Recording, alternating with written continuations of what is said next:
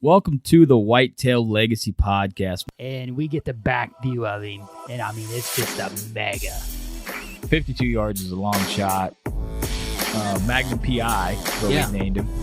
No idea. Just a magnum. Yeah, just a magnum. Come on cam last year, we said probably 150, mid 150. Yeah. Same doe from the morning come out with that 9-pointer. Here steps out this 90-inch 8-pointer. You're like, I'm like, okay, well, there's still a buck back there grunting. Yeah. And then out steps like another 90-inch 8-pointer. I'm like, all right. Yeah.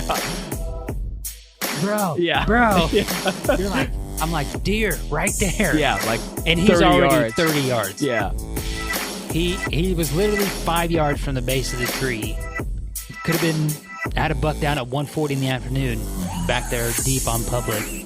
3 does come out pretty early. It was like 245, 24-yard shot, sent the combat veteran, and I tell you what, man, dude, it just smoked. We always get so jacked up when the other person kills. It's just almost like we got it done. Yeah. And when you killed that doe, I was like, hell yeah, man. And we come down here to Missouri. I asked homie one more time, I'm like, is it a good buck? And he goes, yeah, real good, solid buck. I'm like, all right, boom. And the deer just drops. Sure. Super special to me. Whitetail Legacy Podcast, bringing you back to the hunt and leaving a legacy. Baller Rut. All right, guys, welcome to the Whitetail Legacy Podcast. Still coming in your ear holes. We're like 3.5 years deep, like 3.5 inches. 3.5 inches in the ear hole coming at you. This episode is going to be me and homie. We had a guy message in and just ask us if we'd killed any whitetails, basically. We run a whitetail podcast and just basically wanting, like, I don't know, some info of if we have any street cred out there. And we're always the guys that are like, yeah, we've killed a few. We don't know exactly what we're doing out there, but we work our ass off and we get it done. That's why we have a podcast, to learn, talk to dudes, and go from there. But you got anything else to say about that, homie? No, I mean, we do work our ass off and get it done. And we have had some luck out there. We've chased some big deer. And we get lucky here and there. Yeah, so we want to have this podcast and kind of break down the bucks of the last 5 years of what we killed, kind of the time, the temperature, how we were set up, etc. Just to see if there's anything that lays out public, private, what we got going on there, gun, bow, whatever it was. Just kind of get that out and then make a nice collage of the bucks that we killed. And like I said, just let the listeners know that we have killed a few deer. We're definitely not specialists in the field of whitetail killing, but we're trying to learn. So we're getting the people that make this possible. We're getting the show. You got that suicide hotline prevention? Yes, I do. It is 1-800-273-8255. That 8255 just kind of rolls off there. So very easy to share, very easy to get that number out there and potentially help somebody that you don't know is suffering from a condition. Yeah. Also this week. Just one thing. Oh, go ahead. Oh, I was going to say, also this week, I have a veteran shout out. I seen this from our longtime, very much appreciated listener, Matt Talkington. He posted on Facebook about this gentleman. This was, I believe, First Lieutenant Clovis Ray. Clovis was killed in action actually today, March 15th, back in 2012. They were, in Matt's picture, it said in the Kunar province of Afghanistan during Operation Enduring Freedom. So Matt just wanted everybody to keep the Ray family in your thoughts and prayers. And we salute you there, Clovis.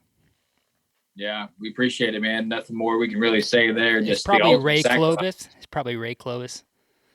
Yeah. The ultimate sacrifice for, going over there and not only serving, but giving it all, giving everything that you got.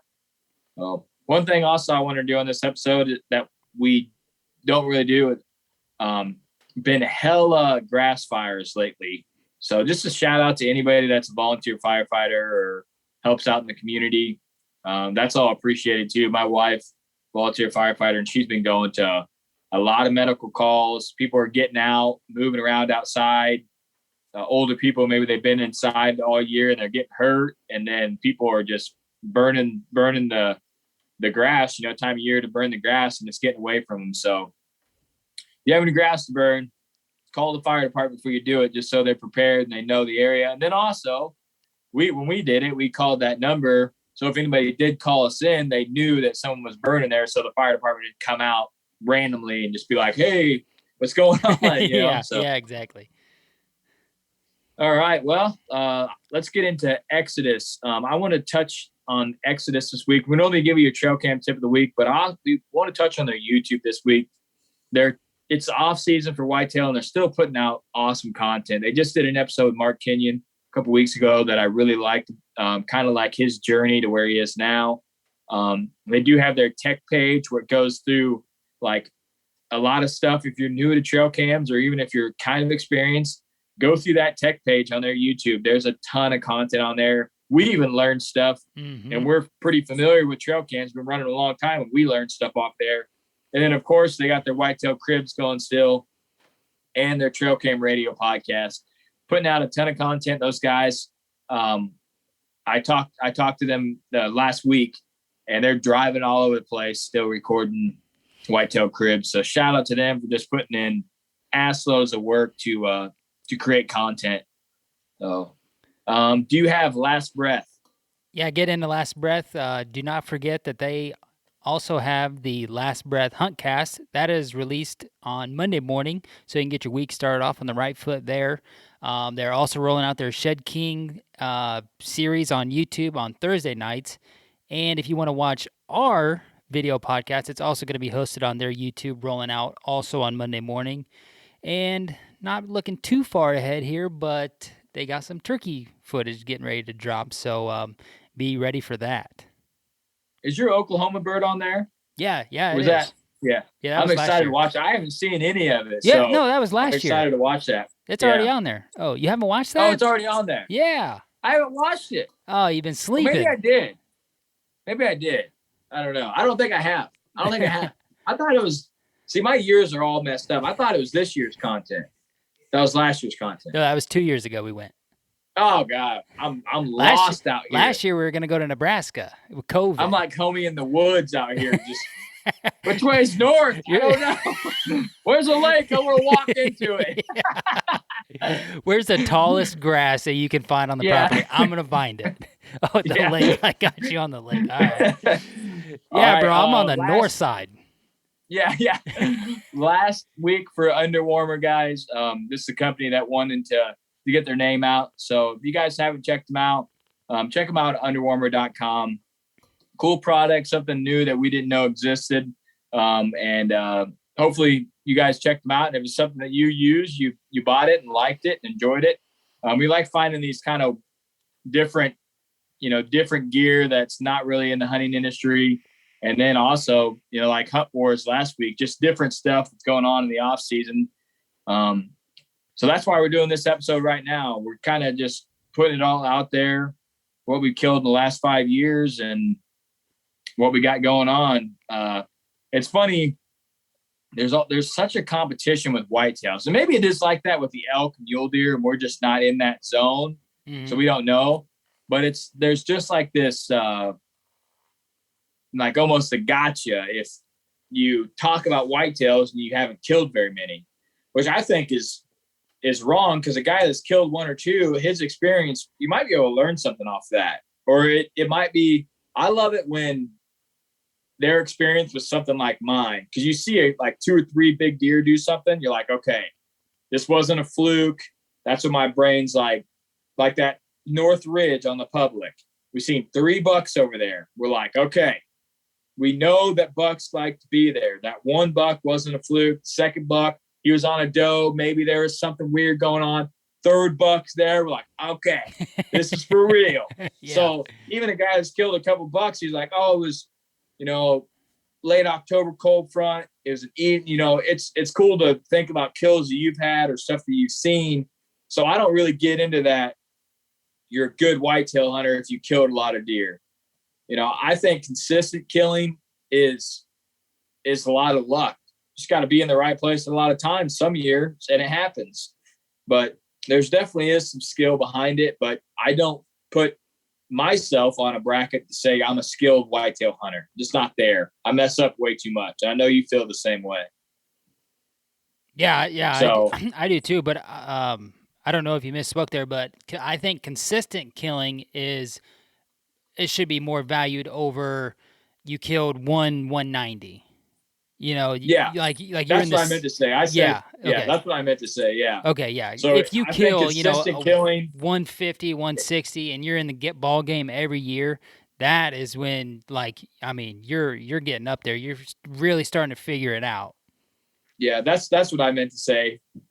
Like me, one guy killing a really big buck, and then 3-4 years he's out there struggling.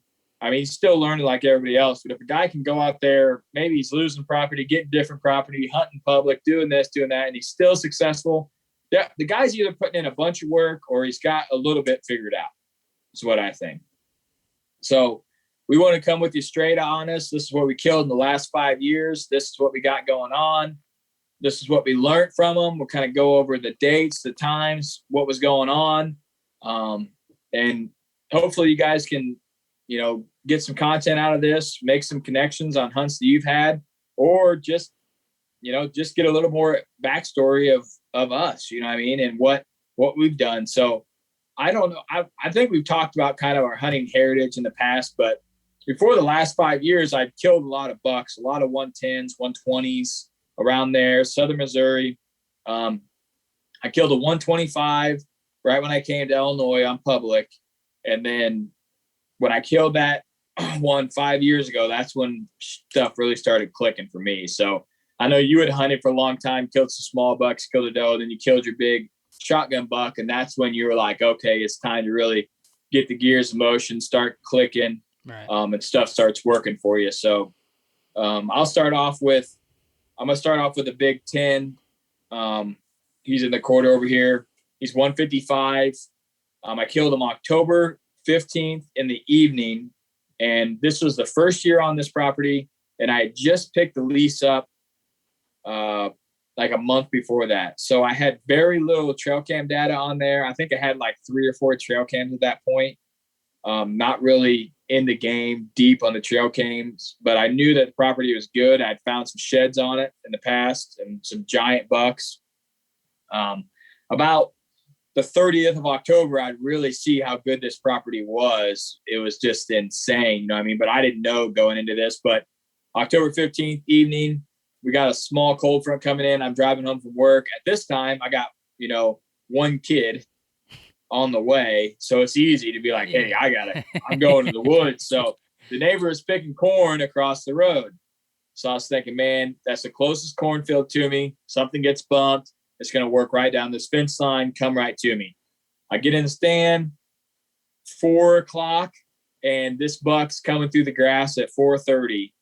I sat there for 30 minutes, and I don't think he was a buck from the area. I grunted at him, real aggressive, postured, come in, postured up, raked a tree. We're October 15th. We're not really in the ball game for them to be real aggressive. So I think he was just new to the area, trying to maybe got bumped from that combine, was like, hey, I don't know what bucks are over here. But just cruise right out of there. He was either got bumped or I must have been right on top of his bed for him to be out 4:30 in the afternoon on the 15th. So 15-yard shot, crashed about 70 yards. What's funny was, like I always do, homie, I'm like, I don't know if he's down. I seen him go down. I'm like, I'm not sure if he's down, Yeah. And craziest shit I ever seen is you be like, I don't know. Are you sure he's down? I get to really second guessing it, but he's over.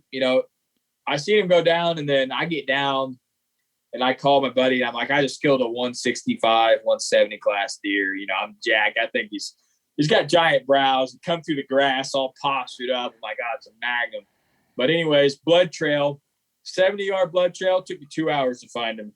absolutely horrific. In tall grass, I'm walking like can't find blood. I'm 300 yards in the wrong direction. I come back. I'm like, I'm just going to, instead of just walking to where he's at, I'm just going to follow the blood trail. Follow the blood trail, walk right to him. So one cool story about that before we move on was the buck actually ran onto the neighbors when I shot him. So maybe like 25 yards. So it was super cool. I'd found that deer, and there was a headstone out there, like a rock. And I moved the leaves away, and it said, "Beauty is all around you." And the guy that owned that property, his brother used to hunt that, and his brother had died, and he put a rock up with his name on it that said, "Beauty is all around you." And that buck was like 5 yards from it. Damn. So I kind of just took that moment in, like, this is pretty awesome. That rock's probably still out there. It was out there when I tracked the big one that I lost. So just cool. The little tidbits of the story there to really make it soak in. And that was the deer. Like I said, he ended up being 155. That was the deer, you know, the second deer I killed in Illinois when I moved here. And that was the one that really was like, okay, I'm absolutely jacked about whitetail. I got good ground now. I'm not out on the public pounding. You know, 6 years ago, it wasn't cool. You know, everybody's like, there ain't no big deer out there, blah, blah, blah. There probably was, but people just weren't exposing it like it is now. Like I said, I killed one the year before out there, but it just wasn't the same as this piece, man. I'm in the corner on the Tina lease. You know, I'm 200 yards from the truck. You know what I mean? This is perfect. Preset. Yeah, preset. Beautiful. Nice shooting lane. So it was definitely a different ball game. But one other thing before we go to homing was another reason we want to do this is because if you guys aren't following Bill Winke on his Instagram, he's posting daily bucks. I think he's on like 21 now or something. Dude, it's crazy. So I love it. This is kind of another inspired moment on this podcast was, you know, he's starting to post to his social on his Facebook and Instagram. So dude is a legend in the outdoor industry or just in hunting in general. So if you guys want to follow him, and I've been posting daily just because he kind of inspired me to post some stuff. And maybe just, I really wanted to show like the gradual, it's okay to like have a gradual path into it, and you start killing and you get more and more and more into it. You don't have to go in your first year hunting and be like, okay, I'm killing a 150 or nothing. So, all right, homie, what you got over there? I kind of missed the boat on the last 5-year deal, but this buck here that I'm going to talk about, I want to talk about my first bow kill buck. And before I get into that story, I want to touch on me hunting before that real quick, because before I killed this deer, like I had passed bigger bucks, better, more mature bucks, because I'm out there chasing, like I'm out there wanting a 180 to fall into my lap and it be like my first deer. Like then I would shoot that, you know. But looking back now, like why? You know, I don't know why I did that. Of course, everybody wants to shoot a big deer, and but you have to follow that learning curve, like everybody does. And I didn't know that. And when I have a picture of when I recovered this buck, and in the picture I'm not smiling, like I was jacked up enough to shoot it. And looking back at this picture, it really pisses me off that I'm not smiling. Like, you did something. You finally shot a buck, and you shot this buck instead of the super massy 8-pointer that was at 27 yards, instead of 32 yards that you shot this deer at. And you just had better opportunities at better deer that you let go by for nothing. And you're missing out on all that experience. You're missing out on all the memories, all the stories you could tell. If you had 6 forked horns on the wall, you're gonna miss out on all that stuff. So every chance, not saying that, everybody gets to go into their own space of deer hunting, whichever way that you want to go. This is just kind of my space and my path that I went, and I I didn't obviously know what I know now back then, and I should have. I don't know if I was scared to mess up. I don't think it was that. I was just wanting to shoot, be like, okay, that's a hammer.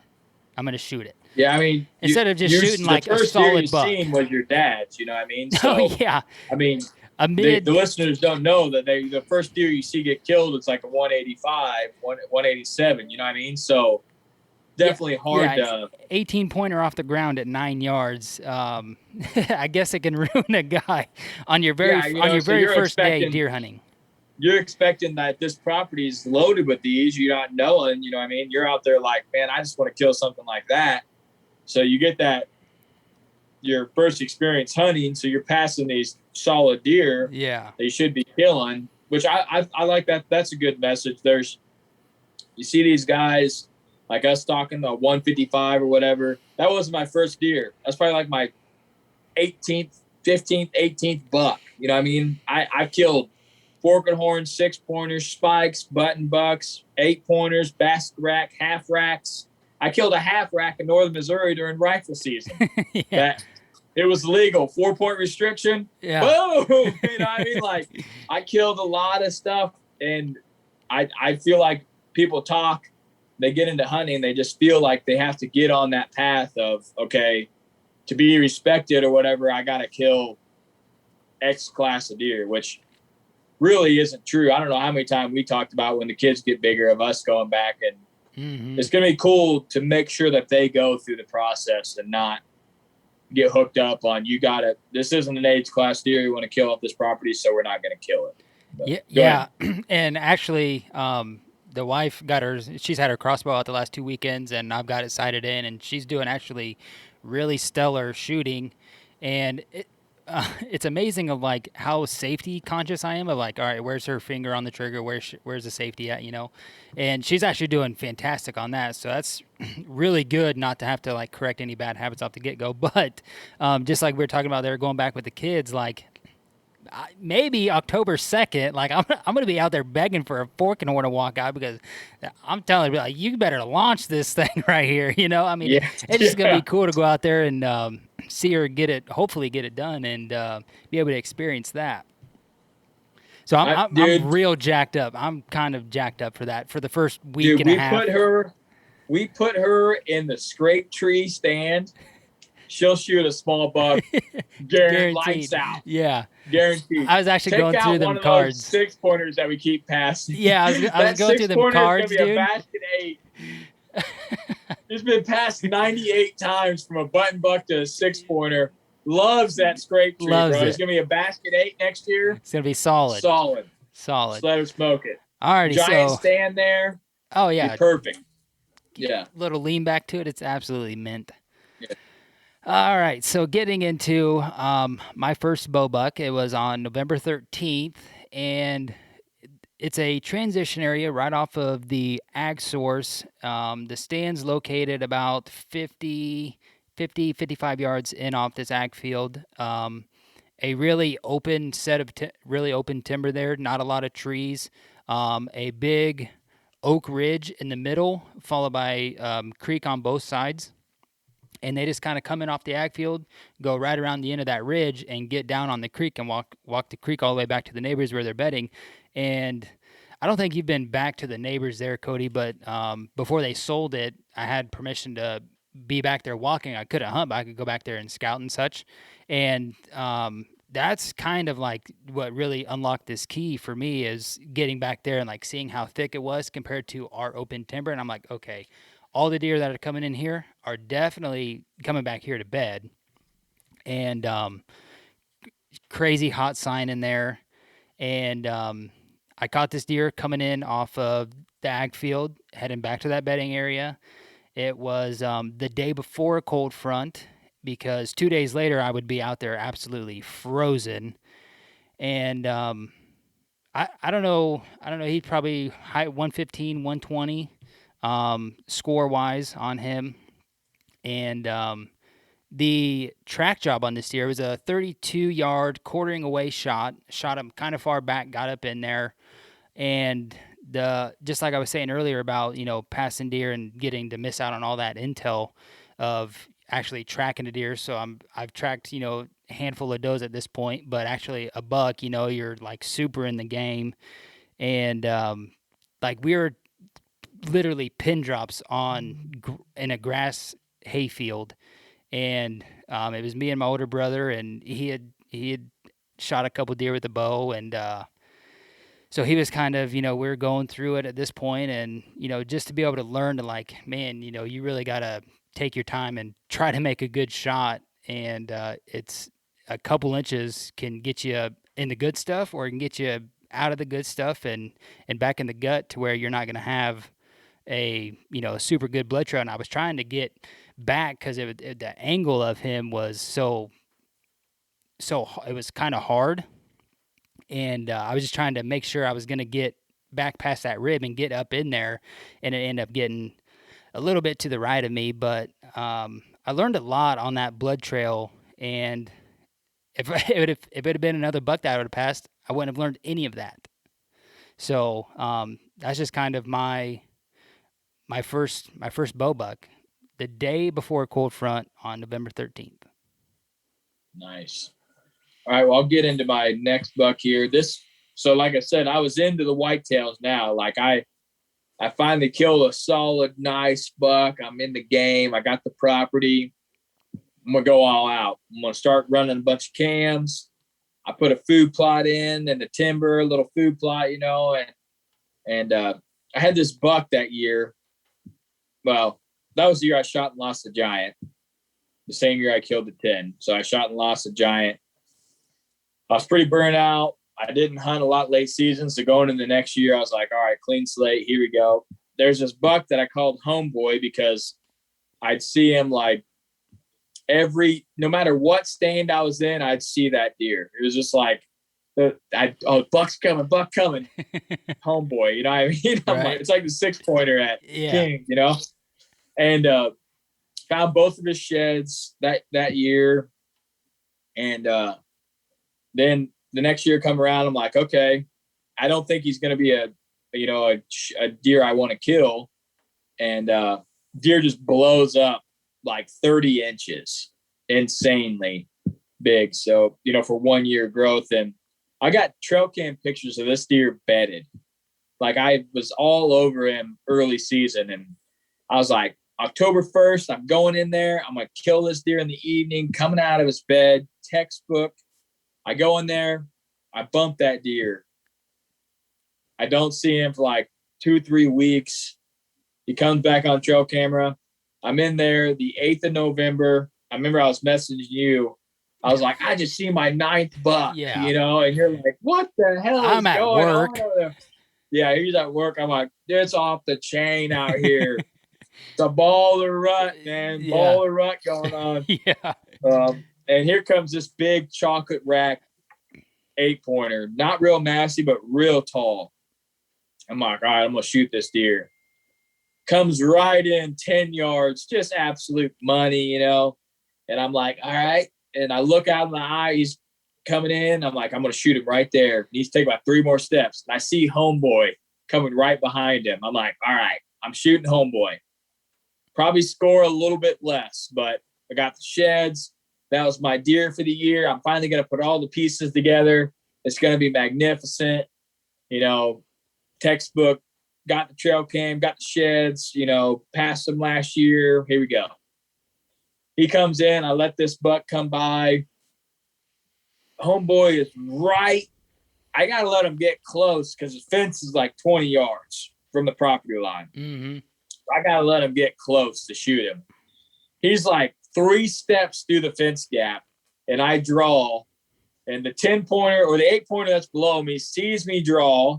He freaks out. Homeboy freaks out, and he's standing like 25 yards away, quartering away. And I held my bow for, I said like 2 minutes, but it's probably like a minute. I got it like on my leg. This deer, I could shoot the 8-pointer right now, like 10 yards. He's still there. And I'm just holding out. I'm like, all right, if that one spooks, I'll shoot this one. If this one spooks, I'll shoot that one. But everybody's cool right now, so I'm just going to chill. So I'm just chilling. And this deer kind of basically does a tail twitch. He puts his head down. Homeboy takes one step, quartered away, tucked it in there. Both his legs just gone. I tucked it all up in his chest, and he's just plowing dirt. And in my mind, I'm like, oh, God, I shot him kind of far back behind the rib. I don't know, blah, blah, blah. Looked good.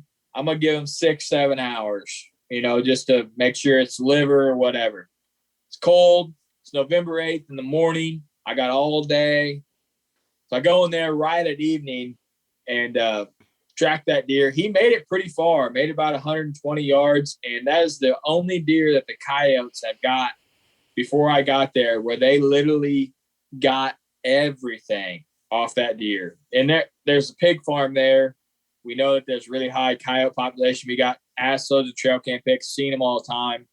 So didn't surprise me, but I think that deer, he ran until he died. He was all the way up in the bushes where he just ran and collapsed on top of them. And I saved the front quarter and the rack, and that was all I could get off that deer. So had to get a new cape. But he's an 8, split brows and kickers and stuff. Real cool, real heavy. He ended up being 148 inches. And that was like the first deer where I got the trail cam pics. Everything was magical working out, and that was pretty cool. I was in it deep. I hunted hard after a giant, like I always did. And of course, I never shot the other giant. We're a 2-buck state, so my property was really good. So I'd shoot a solid buck, and I'd pass solid bucks until I had an absolute magnum come through. And I was hunting that big 8-pointer that the neighbor killed. I was 184. God. So I had an absolute magnum to chase. I had encountered him. Would have been the day. Yeah, my grandpa seen him. It would have been a few days after I had shot that one. So, like the 12th of November somewhere. Yeah, I encountered him at 60 yards. Couldn't get a shot. Snort wheezed at him, scared him. Another deer that I snort wheezed at, and he didn't like it. Grunted first. I feel like if you snort wheeze at him, you got to do that right off the rip. Like, don't grunt, let him get a feel. Just hit him with the wheeze right off the rip, and maybe they're like, all right, this dude means business. He ain't mess around. Right. But I ended up spooking him right to my grandpa. Buck was so big, he couldn't even draw his bow. He's hunting southern Missouri, so like a 135 is really good down there. And here's a 184 8-pointer.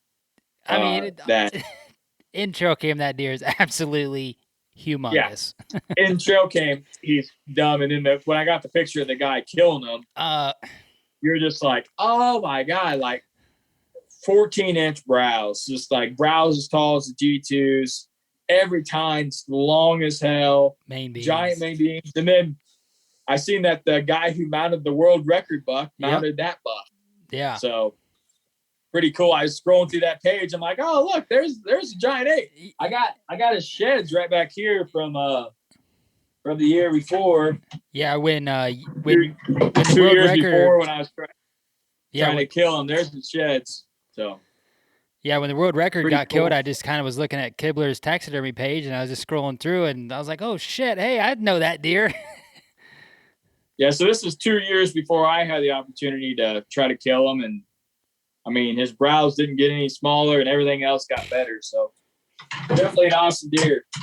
But, all right, what you got? So this is the deer that we call the mule deer buck. This is a deer that was kind of more of a homebody on the farm. I was back in that transition zone stand.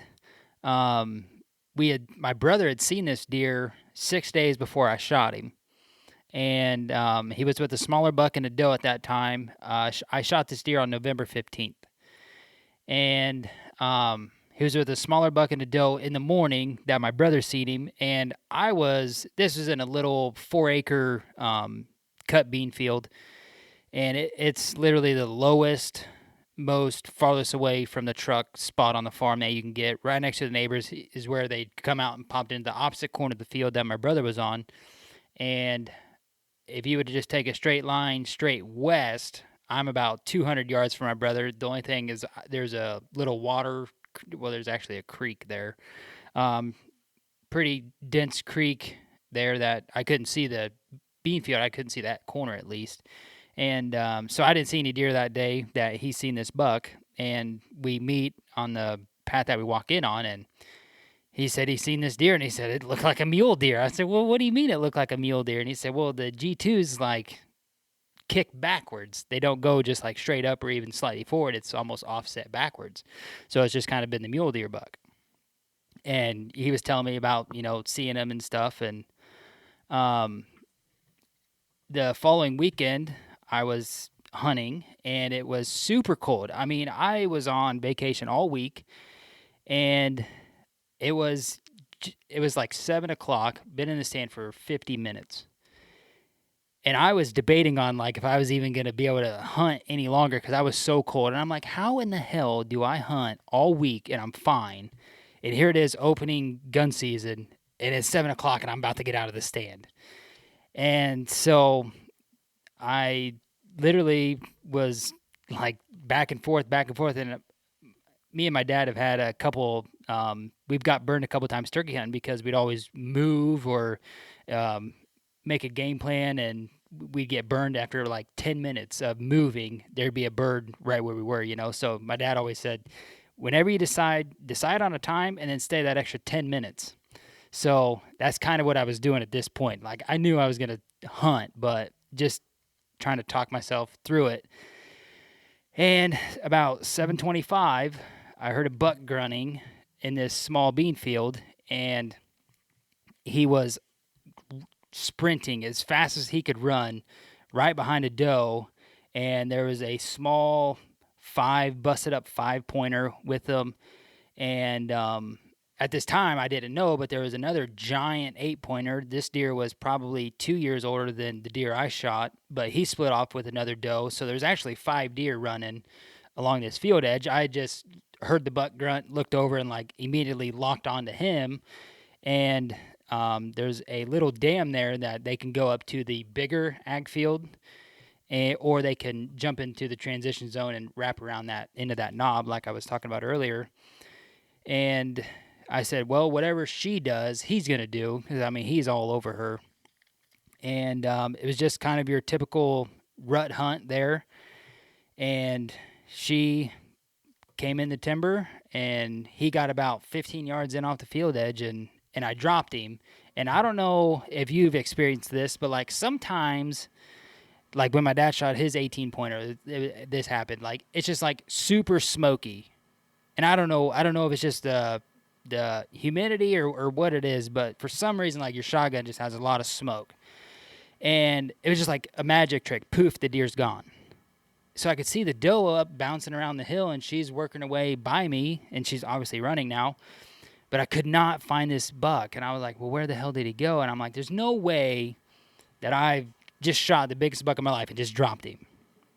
So lo and behold, that's what happened. I shot him right at the base of the neck and the shoulder, and there he dropped. So, it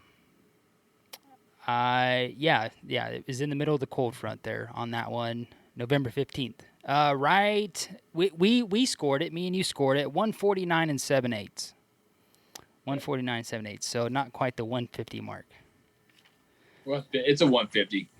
It's unique too. It's badass. Yeah, it's got cool. A lot going it's on. Cool. He's got like a 8-inch brow on the one side, 6-inch on the other, and like I said, he's got little kickers off the twos, but just not enough to be actually considered a point. But they're there, and like I said, them G2s kick back, and it's a pretty cool buck. Yeah, definitely right there on a not gonna pass that deer. No, absolutely. Just a little tight. Just a little tight. Yeah. If he had a little more width, he'd be a real, be up there. Definitely the tight and tall gene out there. Yeah. All right. Well, I'm gonna move on to the 9-pointer. Didn't name this deer. I found this was my other, like, okay, bed hunting. That's what's in, right? This is a few years ago. That's all the talk. This is the 9-pointer. Yeah, found a bed in the wintertime. All tore up, rubs, everything going on. I'm like, okay, cool. going to hang a stand for a west wind coming in here on a cold front, and I'm going to kill a buck right out of this thing. I don't know if we had Snapchat then or not, but I know I had told you, like, buck's going to come out of here. Yeah. Going to be on this trail. I'm going to shoot him like 10 yards. Done deal. I think you had either ripped right out of work or something, but you had definitely called me while you're going to hunting, but said this. What was going to happen? So I was like, there's going to be a buck bedded in there. It was really windy and raining, and I was going to be able to get in there. This stand's like 75 yards from this bed. Really thick cover, and then it goes straight into oaks where it's open. So it's kind of like a hillside that runs off, and the hillside's kind of real brushy, and it's facing like the southwest. And then on top, you got an oak ridge that goes out to the ag. So I'm set right up on the oak ridge. I go in there, and I see a couple does, and I see a small 8-pointer coming in, and it's still kind of windy, and I'm at the point where I'm like, man, it ain't going to happen. This was a day, cold front, right at the beginning of it, just got done raining. I got in there, didn't make a sound. That's the first time that we were filming. I had everything set up filming-wise, ready to go. And then I'm sitting there, and I see this little buck over there. I'm like, oh, okay, cool. I was watching him, and then all of a sudden I see the trees just going crazy over there. I look around, and here's this 9-pointer, this one right here, just raking a tree at like 35 yards. So he got in on me like a ghost, wet ground.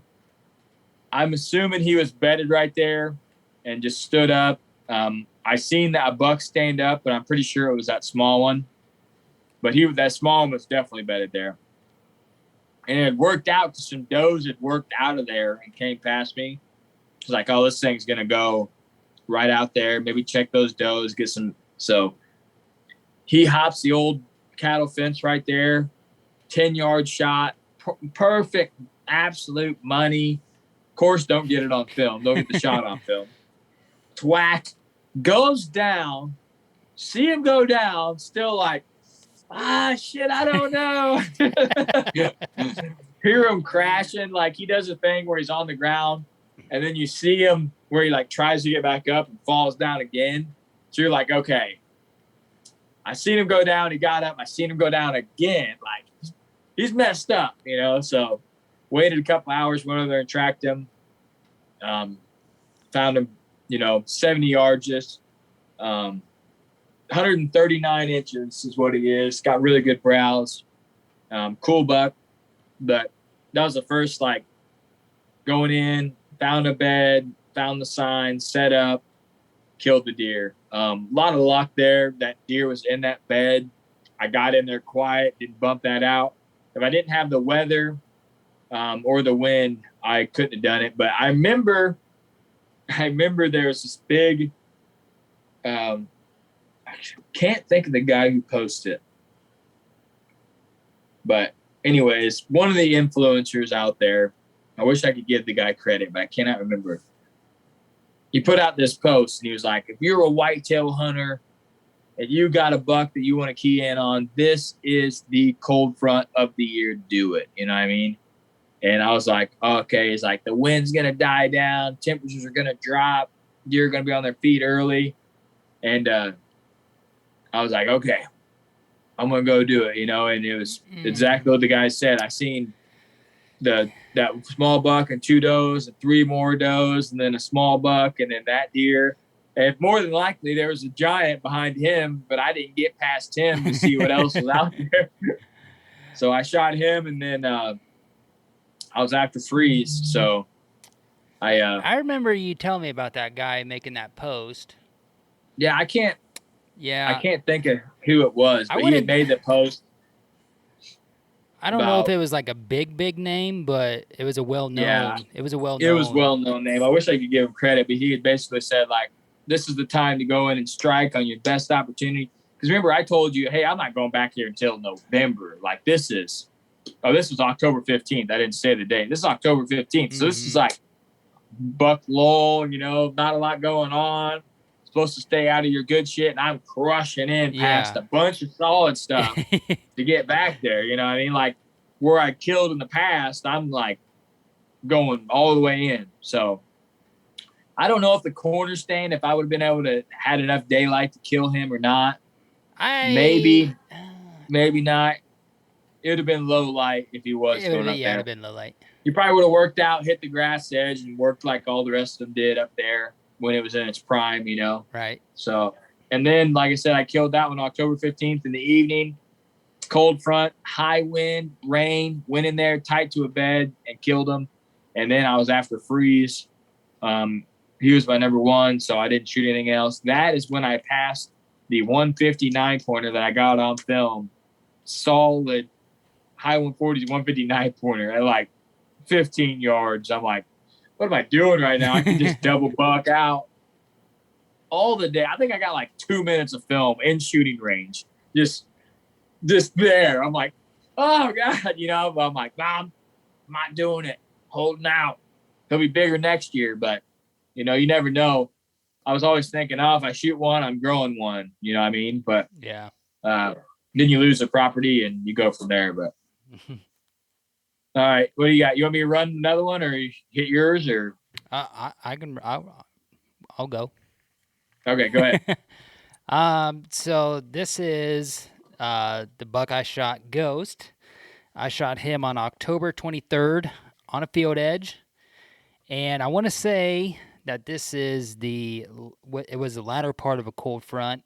I just 3 years ago or 4 years ago, whenever this was, I used to take 1 week in October vacation, 1 week in November vacation, and this was my first time taking a week in October. And I started that obviously on Saturday, and this would have been on a Monday that I shot this deer. Weird how you remember shit like that. So the setup was that there was 3 active scrapes, and I didn't have any cams on this part of the farm, and I was actually going to a different stand, but I seen these scrapes, and I was just like, man, you just couldn't walk by it. It was just lit up. And we had some weather, some rain the previous day, so I could tell that it had been worked and it was pretty fresh. So I just had to set up on it. Ended up setting up there. These scrapes are 15 yards away, right on the field edge. One thing that is kind of different about this hunt is that I was kind of pushing the wind. I was being pretty aggressive with that wind because it would be blowing damn near right in the timber. I got a flat that comes in off the field running east and west, and it drops down to a giant cliff, which is a creek, and the creek runs north and south. Deer like to bed usually on that north-facing side of that flat, which is the side that I would be hunting on. With it still being October 23rd, I still had plenty of foliage up to where I could get up in the stand and hopefully be undetected. It just is a matter of if he's bedded more down at the creek or if he's bedded closer to the field. But I just decided to risk it here, and I don't know if he caught my wind. Growing up, my dad was always kind of in the scent game, so I'd put out just some doe urine in them scrapes, and not a crazy amount, just a couple of drops in each. And I don't know if he caught my wind or caught that doe pee, but he definitely circled around and come in down the field edge, because next thing I know, he's in this first scrape, raking the bush that's right on the field edge. And I was waiting for him to come down the line, because if he would have come to that third one, he'd have walked right in the shooting window, at 8 yards. And he decided to just bump in the timber and go back to bed. So he just come out, hit that scrape, and boom, going back to bed. Throughout this hunt, it started off kind of sunny, clouded up. We had rain for about 45 minutes to an hour, and this was in the evening. And the rain all went away by about 4:30. So I still had a good solid hour and a half. I think I shot him at like 5:30, and you could hunt till almost 6-ish, I think. And he just popped in the woods there 15 yards and done deal. You know, it's over at that point. So he's a really solid ass frame on this deer. He's a 10-pointer, good fours. It's just he don't have no damn brows. If every deer I shot had that frame, I'd be happy. You just give me some little bit on the brows here. I think we scored him 143 and some change, 144.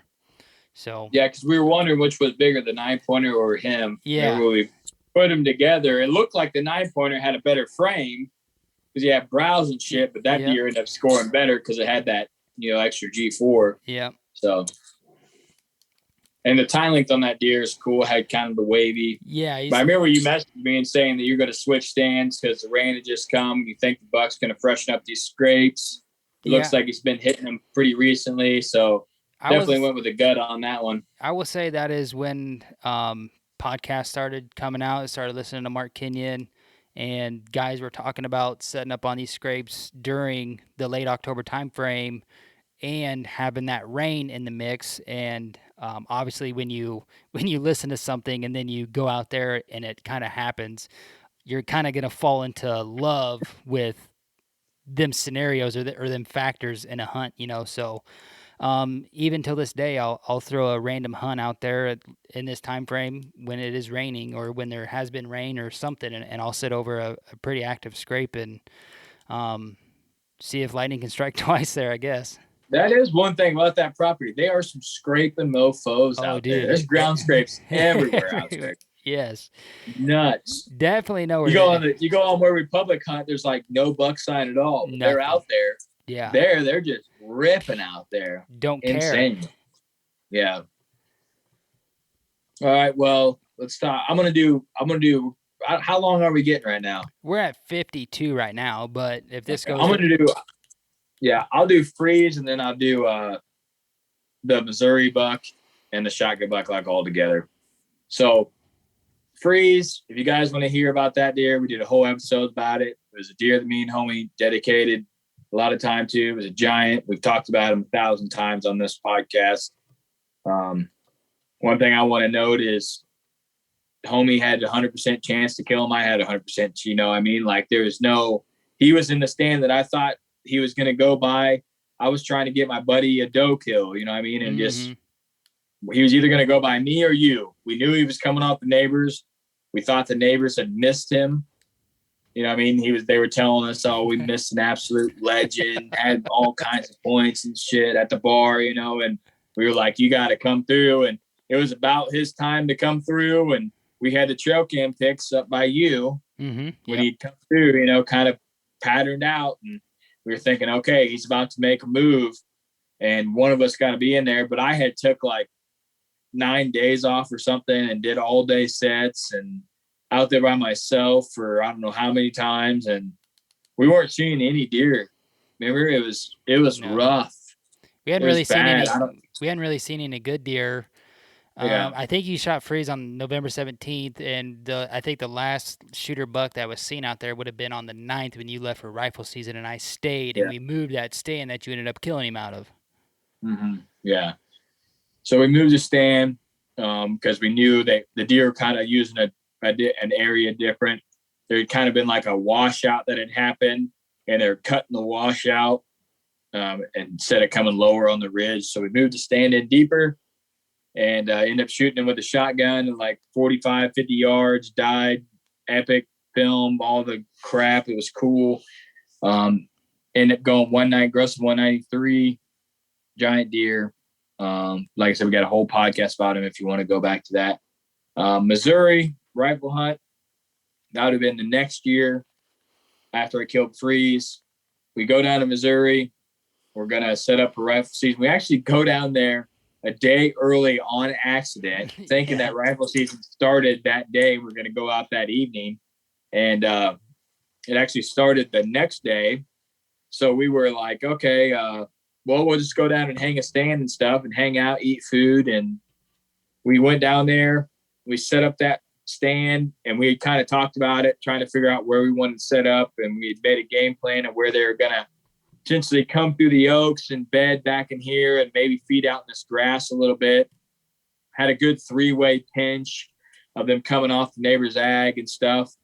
And we'd almost set back in there deeper, and then we'd walked up there and talked about where we were going to set, but hung a double set, went down there, hunted for like 7 minutes the next day, and shot this buck. It was like a 70-yard shot, dropped him. Then you had switched, and we had seen a couple small bucks, a bunch of does. We heard a doe bleat for the first time. And then your kid ended up getting sick or something, right? We ended up cutting the hunt short. Yeah, we coming home. Yeah, we got your deer taken care of, and we had to jet home. Yeah. So kids comes first, so we jetted home on that. And then that same year, I killed my shotgun buck, the accident buck, which ended up being the accidentally epic buck.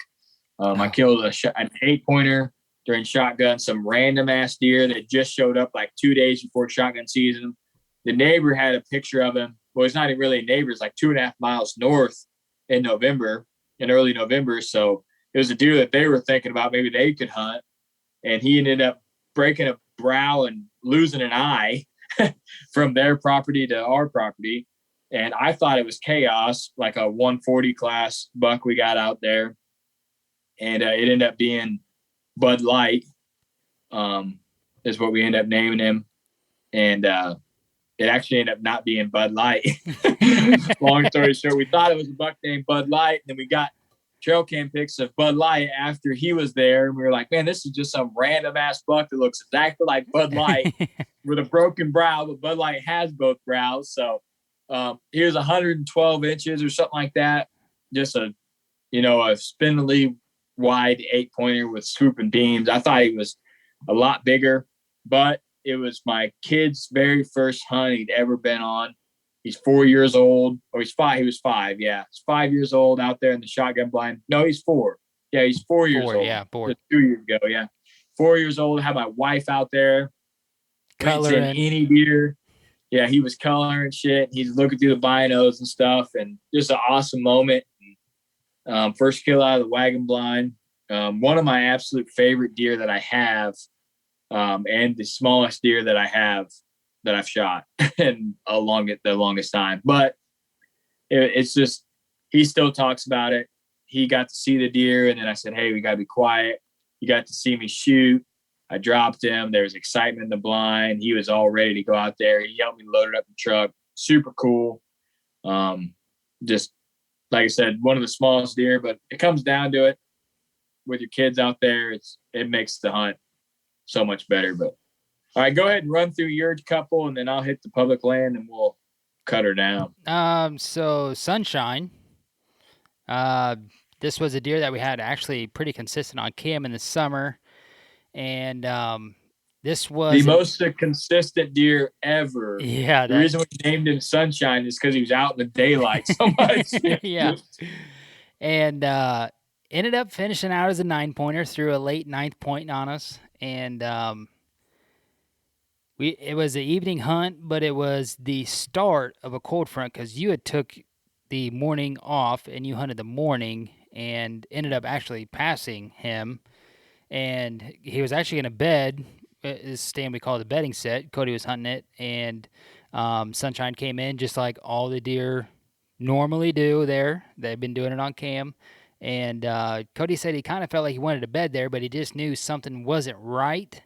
So my battery had died in the camera, and he's like 30 yards. I'm digging for a battery. He's like trying to bed, and I'm kind of making too much noise. And I don't spook him, but he's like, this ain't cool. There's something over there. I'm not sure what it is, but I'm going to roll out. So that's why I didn't bed there. And so I didn't really think, and I don't know why I didn't think about this, but I get off work. It's a Friday.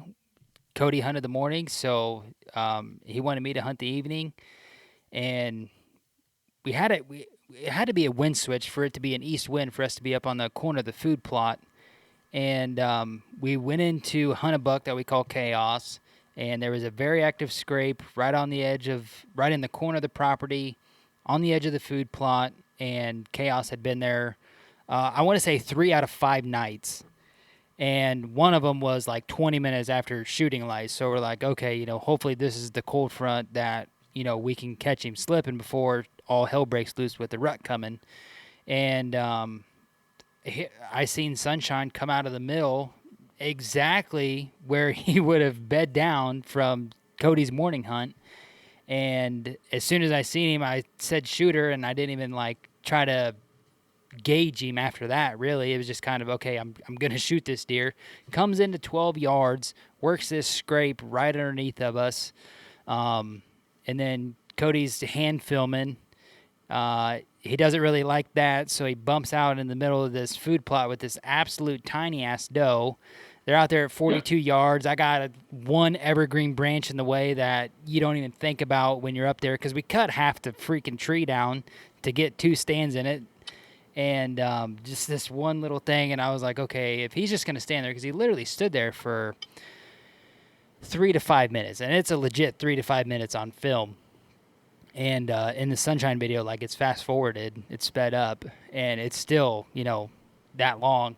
So I was like, okay, if he's just going to stand there, I can make this shot work at 42. I'm just going to slide an ass cheek over, and I'm going to get it done.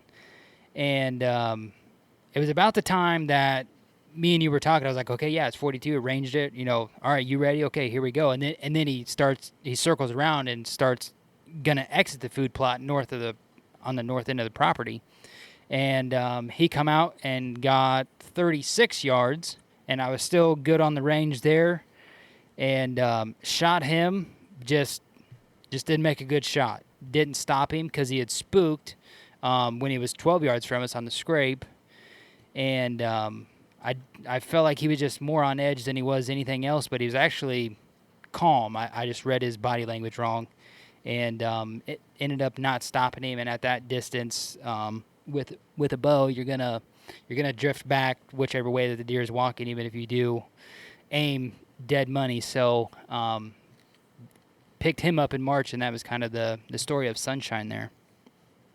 Yeah, he did duck and turn also. Yeah. When you're out there close to 40 yards, you have a deer that is alert at all, he's going to duck a lot more than you think he's going to. And yep. I always aim low. I aimed low on the buck I shot this year, and I still shot him high. Yeah, that's what I was talking to Michelle about this week, and I said, just zero it in 2 inches low. I said, I don't care if you're shooting a crossbow, a regular bow, whatever. Zero it in 2 inches low. And even if it's 45 yards, you're still going to be money. So It's just going to help you. You're not going to shoot I've had him not duck at all, and then I've had does, especially does, like alert does, drop. Man, I've had them drop, and I've missed them before. Like, wow, that was embarrassing. But it's just something that you gotta, you're not shooting the fastest bows in the world. You're not shooting a super high speed crossbow or something, but. You got your other bow buck still, right? Yeah, I wasn't going to touch on him. I was going to touch on this other big 8-pointer. Go ahead. Yeah, go ahead. So, as got cameras out onto a property, just kind of been in my transition here to get to where I am today. I'm going to talk about the first deer that actually wanted to target. The second deer actually targeted. The first deer was Deuce, but this deer actually matured into an encounter instead of just having a shed antler off of him.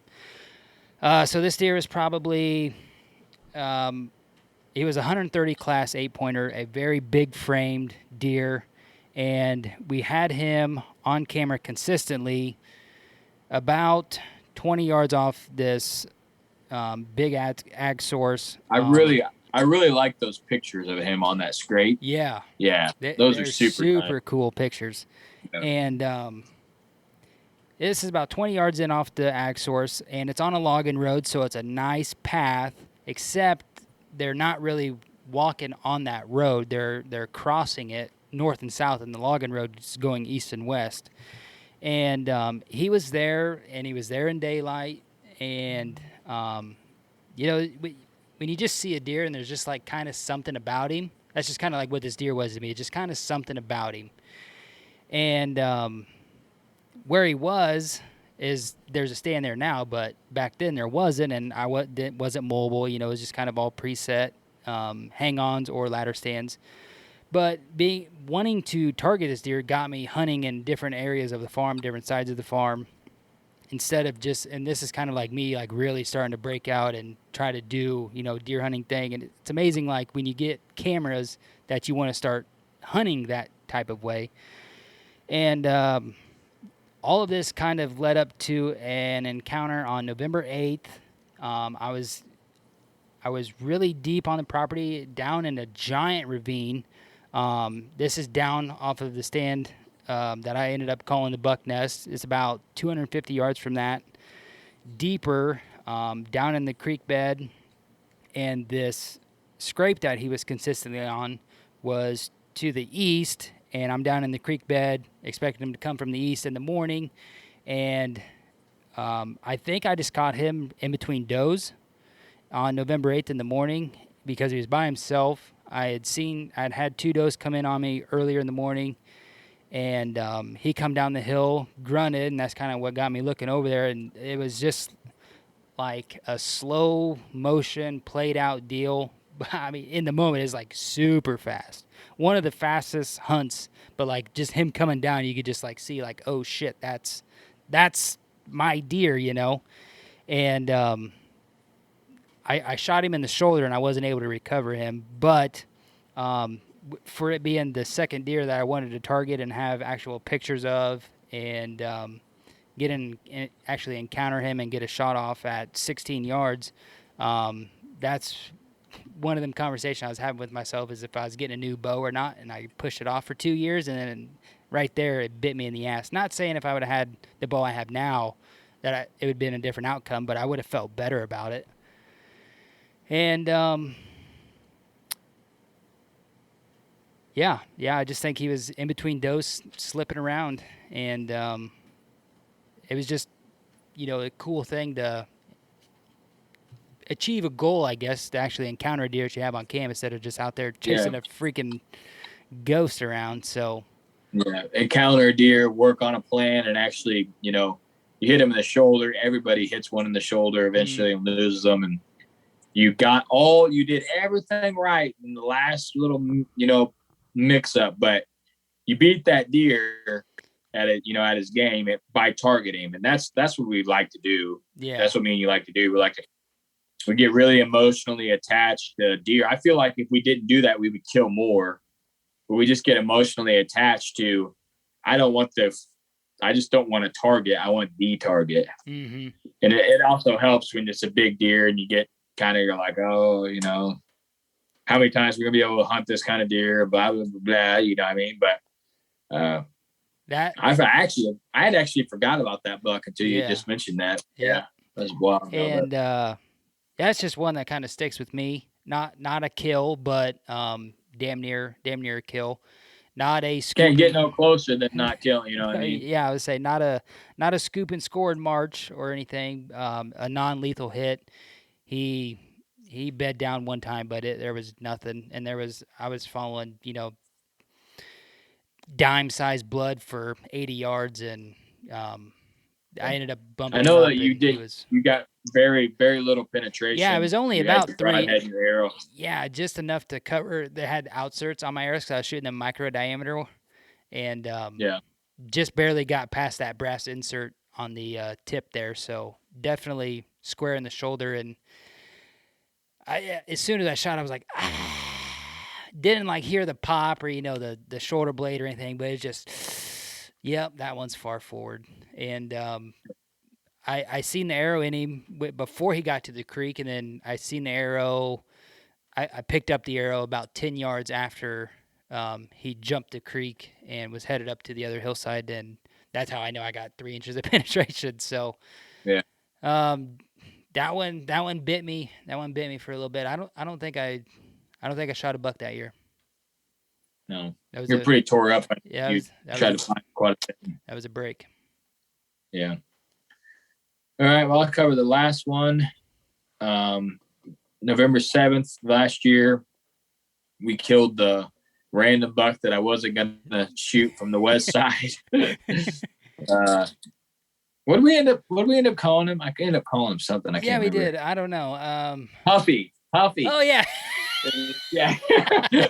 Huffy, because we packed him out on a bike. Absolutely. But yeah, this is a deer that we had pictures of on the west side, and homie's like, yeah, I'd probably shoot that deer. And I was like, man, I don't know. I didn't score him, but I'm going to say like 120, 125 maybe is what I'm thinking. But I haven't put a tape to him. He is a 10-pointer, so that helps. You know what I mean? Mm-hmm. No brows, though. Absolutely no brows. So that's going to hurt him. Worse brows than Ghost, yeah. But, yeah, we had just encountered Magnum, and we moved, and this was just a random buck cruising in a pinch. Typical November hunt. A solid 3-year-old. We had been getting our ass kicked on public, and I was ready to kill. I wanted you to be behind the bow, get a lot of action.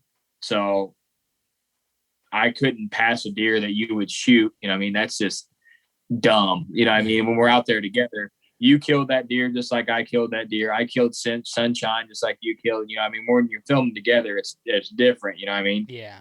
Who pulls the trigger doesn't really matter at that point. You still beat that deer. So I know that was the deer that you said you were going to shoot. And I was like, I seen that 10-point side, and I was like, if he was an 8, wouldn't have happened. But I seen he was a 10. I was like, okay, yep. I'm shooting him. Yep, I'm I think I said I'm shooting him before you even seen him. I was like, Buck, I'm shooting him.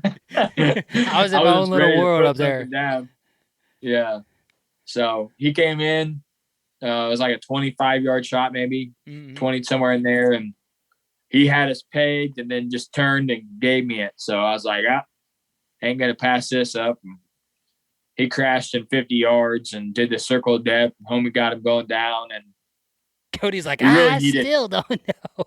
Yeah, we really needed that, we really needed a kill at that point. So I'm glad we did get one, because, man, we were just down, getting our ass beat, and just too much stress to kill at that point. You know what I mean? So that's also when obviously it was work to get him out, but that's when the tiredness really started. We got him out and we didn't hunt that evening, but I mean, holy shit, the next day it was just like, oh, okay. All right. We got one down. Here we go again, Yeah, I was refreshed after we took that evening off. I felt very ready to rip, Maybe it was a couple days, but the day before we killed, the day we seen Magnum, and the day before, which was the day before you killed, that move.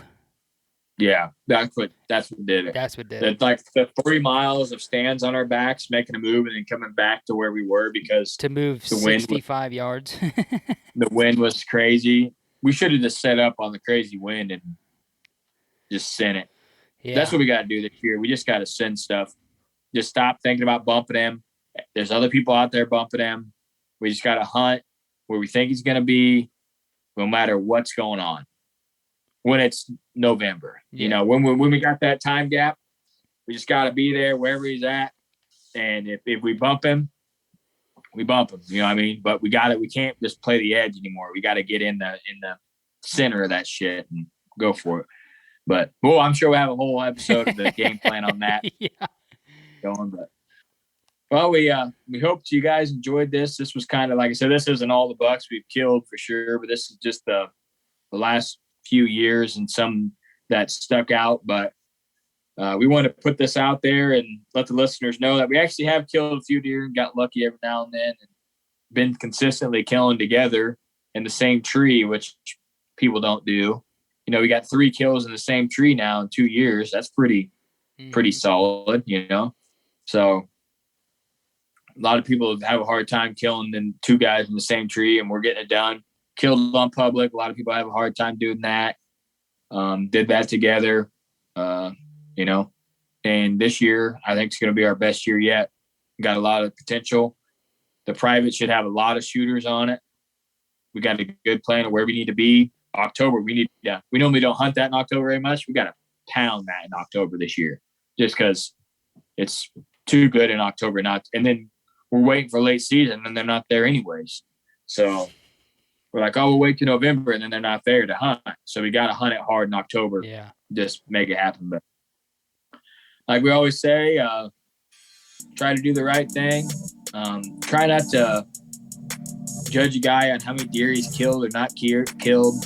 He could still be out there doing something that you might want to, listen about, or might have some tactic that he's doing that is cool or something you want to try, and try to do the right thing and leave a legacy. And Whitetail Legacy is out.